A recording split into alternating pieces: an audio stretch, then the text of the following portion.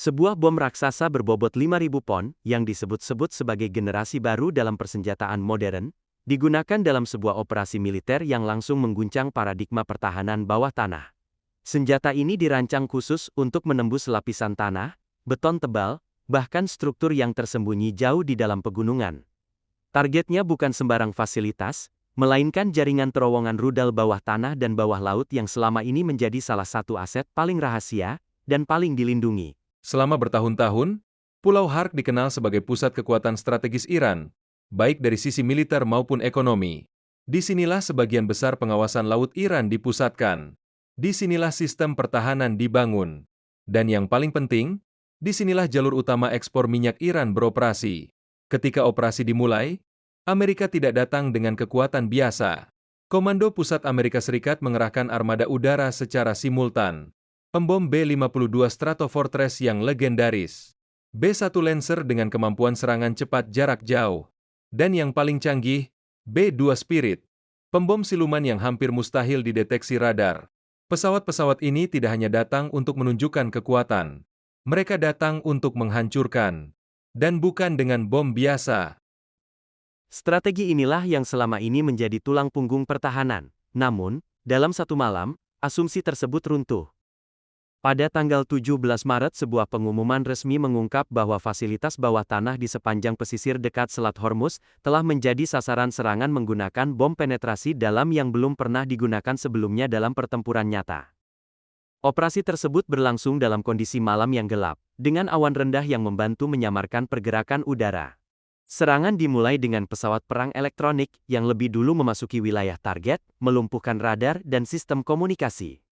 Dalam kondisi pertahanan yang terganggu, gelombang berikutnya pun datang. Pembom jarak jauh bergerak dari pangkalan yang jauh, sementara jet tempur dari berbagai titik di kawasan ikut bergabung dalam satu koordinasi serangan yang presisi.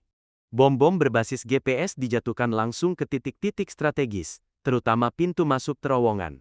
Ledakan tidak terjadi di permukaan, melainkan setelah bom menembus jauh ke dalam tanah. Dari situlah kehancuran dimulai dari dalam. Gelombang kejut yang terperangkap di lorong sempit menciptakan efek destruktif berlipat, menghancurkan struktur internal secara masif. Alih-alih mencoba menghancurkan seluruh kompleks yang sangat dalam, strategi yang digunakan justru berfokus pada titik-titik kritis, pintu masuk, jalur keluar, serta area peluncuran yang lebih dangkal. Pendekatan ini sederhana namun efektif, seperti menutup gerbang sebuah benteng. Apapun yang berada di dalamnya, sekuat apapun, menjadi tidak berguna jika tidak bisa keluar. Terowongan-terowongan ini bukan struktur kecil. Tingginya bisa mencapai 10 meter, lebarnya cukup untuk kendaraan berat, dan panjangnya membentang puluhan kilometer. Beberapa bahkan menembus hingga ratusan meter ke dalam bumi, dengan segmen yang berada di bawah laut. Sistem peluncur rudal di dalamnya pun dirancang dinamis, bergerak di rel, muncul sekejap untuk menembak, lalu kembali masuk ke dalam perlindungan. Serangan dimulai dengan pesawat perang elektronik yang lebih dulu memasuki wilayah target, melumpuhkan radar dan sistem komunikasi. Dalam kondisi pertahanan yang terganggu, gelombang berikutnya pun datang.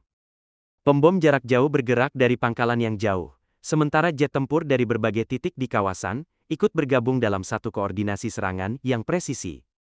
Bom-bom berbasis GPS dijatuhkan langsung ke titik-titik strategis, terutama pintu masuk terowongan. Ledakan tidak terjadi di permukaan, melainkan setelah bom menembus jauh ke dalam tanah. Dari situlah kehancuran dimulai dari dalam. Gelombang kejut yang terperangkap di lorong sempit menciptakan efek destruktif berlipat, menghancurkan struktur internal secara masif. Namun semua kecanggihan itu menjadi tidak berarti ketika aksesnya dihancurkan. Gelombang serangan berikutnya menargetkan fasilitas yang lebih dalam dan lebih besar di wilayah pegunungan. Dengan kombinasi pembom siluman dan pesawat pembawa muatan besar, serangan dilakukan berlapis. Bom penghancur bunker digunakan untuk merusak fondasi utama, sementara bom pintar lainnya menghancurkan sistem pendukung seperti ventilasi, listrik, dan komunikasi.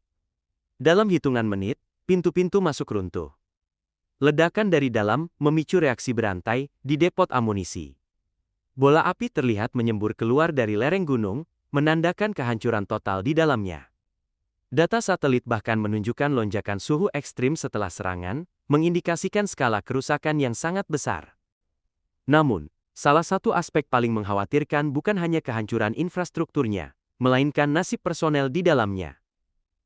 Ratusan hingga ribuan personel dilaporkan terjebak di bawah tanah setelah runtuhnya akses keluar. Tanpa ventilasi, listrik, atau komunikasi, kondisi di dalam berubah menjadi sangat berbahaya. Situasi ini menciptakan fenomena yang hampir belum pernah terjadi dalam sejarah militer modern, di mana sejumlah besar pasukan justru terperangkap di dalam fasilitas pertahanan mereka sendiri, bukan berada di medan tempur. Dampaknya langsung terasa. Aktivitas peluncuran rudal menurun drastis hanya dalam beberapa hari. Infrastruktur logistik terganggu, dan rantai komando mengalami tekanan besar. Sistem yang selama ini dianggap sebagai kekuatan utama justru berubah menjadi titik lemah ketika berhasil diidentifikasi dan diserang secara presisi. Dari sisi strategi, operasi ini menunjukkan kombinasi antara teknologi tinggi dan efisiensi.